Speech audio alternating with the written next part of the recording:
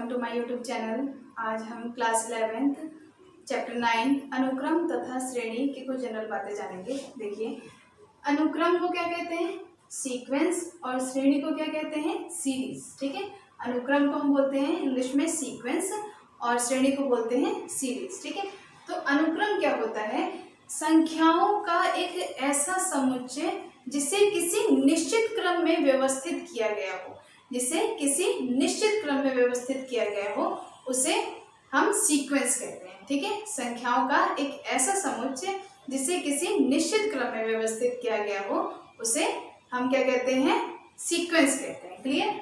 ठीक, जैसे हमने लिया यहाँ पे 2, 5, 8, 11 इस तरीके से। ठीक है, तो देखिए यहाँ पे 2 में मैंने 3 प्लस किया है तो क्या आया? 5। 5 में 3 प्लस करूंगी तो क्या आएगा? 8। 8 में 3 प्लस करूंगी तो क्या आएगा? 11। इसी तरीके से ये आगे आते रहेंगे। ठीक है, ये जो 2 है, 5 है, 8 है, 11 है, ये इन्हें हम क्या कहते हैं? इन्हें हम टर्म्स कहते हैं। ठीक है, यानी कि ये जो है फर्स्ट टर्म, ये सेकंड टर्म, ये थर्ड टर्म, ये फोर्थ टर्म, फिर फिफ्थ टर्म, सिक्स्थ टर्म, यानी कि पहला पद, दूसरा पद, तीसरा पद, चौथा पद, पांचवा पद, छठा पद। ठीक है, इस तरीके से हम इन्हें क्या कहते हैं? पद कहते हैं। ठीक, या टर्म्स कहते हैं। ठीक, तो देखिए इसमें 3 ऐड करने पर हमें क्या मिले हैं? आगे आने वाले पद मिले हैं। ठीक है, या ये भी कह सकते हैं 1, फिर 4, 16, 64। ठीक, इस तरीके से। तो देखिए 1, ठीक, 1 में मैंने 4 से गुणा की तो क्या है? 4। फिर 4 में 4 से गुणा की तो 16, फिर 16 में 4 से गुणा की तो 64। ठीक, इसी प्रकार 64 में 4 से गुणा करूंगी तो अगला पद आएगा। ठीक है, यानी कि ये क्या होते हैं? अनुक्रम। ये देखिए किसी निश्चित क्रम में, यानी कि इन सारी संख्याओं को ठीक किससे गुणा करके प्राप्त किए गए? 4 से। 1 में 4 से गुणा किया गया तो 4 प्राप्त हुआ। फिर इस वाली संख्या में जो हमें 4 प्राप्त हुई है, इसमें हमने फिर से 4 से गुणा किया तो 16 प्राप्त हुआ। फिर जो 16 प्राप्त हुआ उसमें हम फिर से 4 से गुणा करेंगे तो हमें अगला आने वाला पद प्राप्त हो जाएगा। ठीक, फिर जो अगला पद होगा फिर उसमें 4 से गुणा करेंगे तो उसके अगला पद प्राप्त हो जाएगा। ठीक, तो इस तरीके से ये हमें क्या प्राप्त होती है? सीक्वेंस प्राप्त होती है। ठीक है, ये क्या प्राप्त होती है? सीक्वेंस प्राप्त होती है। क्लियर? ठीक, अब नेक्स्ट क्या है? सीरीज। देखिए सीरीज क्या होती है? जो सीक्वेंस है हमारे, ठीक है, इस सीक्वेंस को किसी साइन द्वारा, जैसे कि प्लस या माइनस के साइन द्वारा अगर हम संबंधित कर दें तो उससे श्रेणी प्राप्त होती है। ठीक, जैसे ये था हमारा 2, इसमें मैंने किया +5, ठीक, +8, +11, ठीक, प्लस डॉट इस तरीके से आगे। ठीक, तो इसे हम क्या कहते हैं? सीरीज कहते हैं। या ये 1 -4 +16 -64 प्लस, ठीक, डॉट इस तरीके से। या इसको प्लस के चिन्ह से भी हम दिखा सकते हैं 1 + 4 + 16 + 64 प्लस। ठीक, ये क्या होते हैं? सीरीज कहलाते हैं। ठीक, यानी कि सीक्वेंस और सीरीज में इतना ही डिफरेंस होता है कि जो सीक्वेंस होते हैं, ठीक है, सीक्वेंस के पदों को किसी चिन्ह के द्वारा संबंधित कर दिया जाता है। ठीक है, किसी चिन्ह के द्वारा संबंधित कर दिया जाता है। तो हमने देखिए इसमें प्लस के चिन्ह द्वारा संबंधित किया है, इसमें माइनस प्लस चिन्ह द्वारा संबंधित किया है, इसमें प्लस के चिन्ह द्वारा संबंधित किया है। तो किसी चिन्ह द्वारा संबंधित कर दिया जाता है उसे हम क्या कहते हैं? श्रेणी कहते हैं, यानी कि सीरीज कहते हैं। ठीक है, किसी चिन्ह द्वारा यानी कि प्लस या माइनस के चिन्ह द्वारा अगर संबंधित कर दिया जाता है तो उस सीक्वेंस को हम क्या कहते हैं? सीरीज कहते हैं। क्लियर? समझ में आएगा? इसके बाद देखिए सीरीज एपी यानी कि समांतर श्रेणी होती है, गुणोत्तर श्रेणी होती है, हरात्मक श्रेणी होती है। ठीक है, और फिबोनाची अनुक्रम भी होता है। ठीक है, लेकिन हमें इसमें क्या पढ़ना है? समांतर श्रेणी और गुणोत्तर श्रेणी। तो देखिए हम थोड़ा बहुत जान लेते हैं कि समांतर श्रेणी और गुणोत्तर श्रेणी क्या है। तो समांतर श्रेणी और उसके बाद हम पढ़ेंगे गुणोत्तर श्रेणी।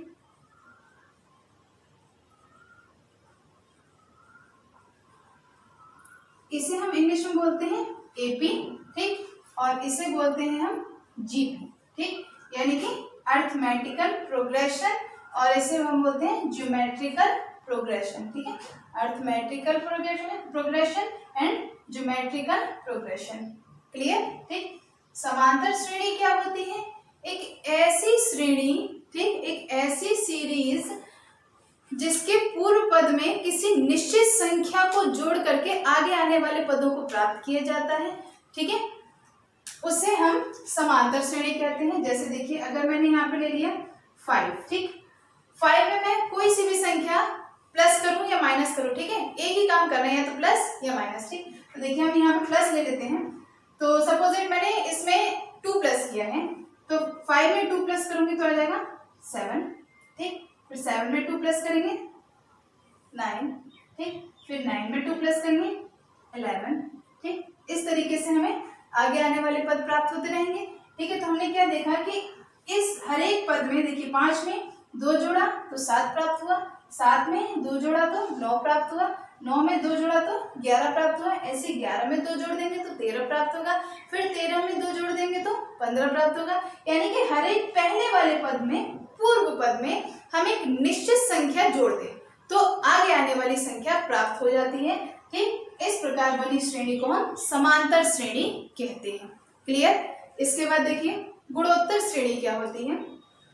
गुणोत्तर श्रेणी किसे कहते हैं? देखिए जैसे कि ये हमने एग्जांपल लिया था यहाँ पे, इसको हम दिखाते हैं, जैसे 1, ठीक, इसमें हम किसी एक निश्चित संख्या से गुणा करते हैं, ठीक है।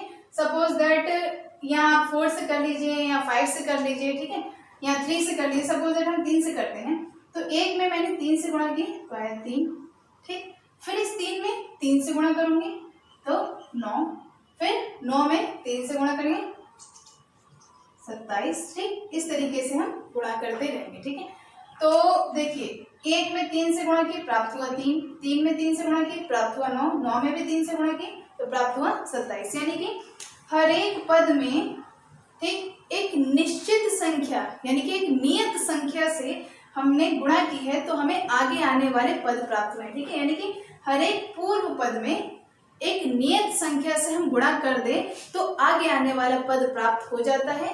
इस प्रकार प्राप्त श्रेणी को हम गुणोत्तर श्रेणी कहते हैं, ठीक है। इस प्रकार प्राप्त श्रेणी को हम गुणोत्तर श्रेणी कहते हैं। चैप्टर 9 एक्सरसाइज 1.1 देखिए दे रखा है, प्रश्न 1 से 6 तक के अनुक्रमों में प्रत्येक के प्रथम 5 पद लिखिए जिनका nवां पद दिया गया है। देखिए nवां पद दिया हुआ है और प्रथम 5 पद हमें क्या करने हैं? लिखने हैं, ठीक। देखिए सबसे पहले हम क्या करेंगे, इसमें n की जगह 1 लगाएंगे, फिर n की जगह 2 लगाएंगे, फिर n की जगह 3, फिर 4, फिर 5, ठीक। देखिए सबसे पहले हम क्या करेंगे, क्वेश्चन दिया हुआ है ये n = n प्लस 2 में सबसे पहले n बराबर क्या रखेंगे? 1, ठीक, 1 रखेंगे तो क्या आएगा यहाँ पे a1 = यहाँ आ जाएगा 1, यहाँ पे आएगा 1 प्लस 2 यानी क्या आ गया 1, और 1 प्लस 2 कितना होता है? 3, यानी कि कितना आ गया? 3। क्लियर। ऐसे अब हम क्या रखेंगे, n बराबर 2 रखेंगे, तो देखेंगे, देखिए यहाँ पे a2, ठीक, यहाँ क्या लगाएंगे 2, और ये क्या हो जाएगा 2 प्लस 2 यानी कि 2, और 2 प्लस 2 कितना होता है? 4, तो 2 चौक 8, ठीक। फिर ऐसे अब क्या लगाएंगे, n बराबर हम रखेंगे 3,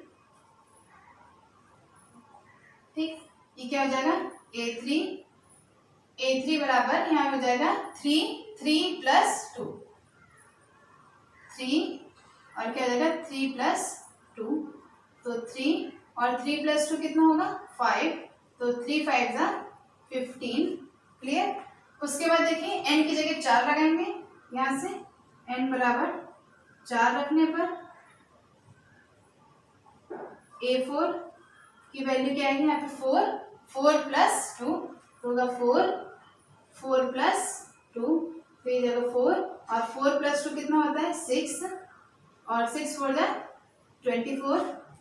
फिर हम रखेंगे n बराबर 5, ठीक, n बराबर 5 रखने पर क्या आएगा A5, ठीक, A5, n की जगह क्या लगा रहे हैं हम 5, तो फिर यहाँ आ जाएगा 5, 5 प्लस 2, ठीक, तो हो जाएगा 5 और ब्रैकेट में हो जाएगा 5 प्लस 2, तो हो जाएगा 5, 5 और 2 कितना हो गया 7, ठीक, तो 7 पंजे 35, ठीक है।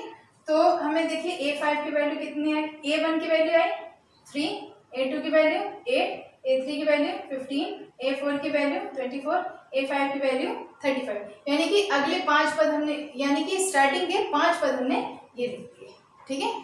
इसी प्रकार ये अगला क्वेश्चन है, इसमें भी हम क्या करेंगे, n की जगह 1 लगाएंगे, फिर n की जगह 2 लगाएंगे, फिर n की जगह 3, फिर 4, फिर 5। देखिए n बराबर 1, ठीक, जब n बराबर 1 हो तब कंडीशन क्या आएगी, ये हो जाएगा A1 is equal to 1/1 plus 1, ठीक, यानी कि क्या दे देगा 1/, ठीक।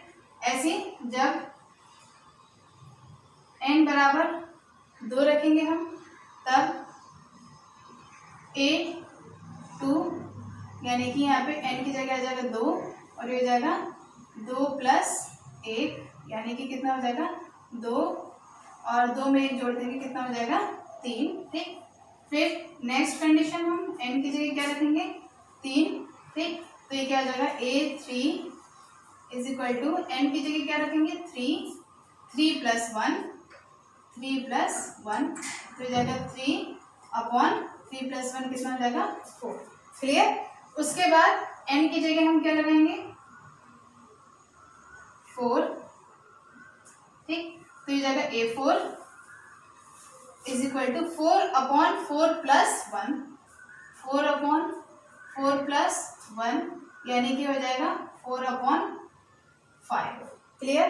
इसके बाद हम क्या लगाएंगे n की जगह 5 लगाएंगे, तब क्या हो जाएगा ये A5 और ये जाएगा 5/5 प्लस 1, हो जाएगा 5/5 प्लस 1, यानी कि कितना हो जाएगा 5 और 5 प्लस 1 कितना हो जाएगा 6, ठीक है, यानी कि अतः,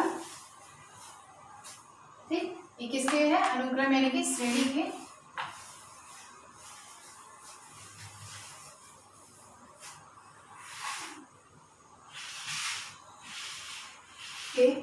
5 पद कौन कौन से प्राप्त हुए हैं, 1/2,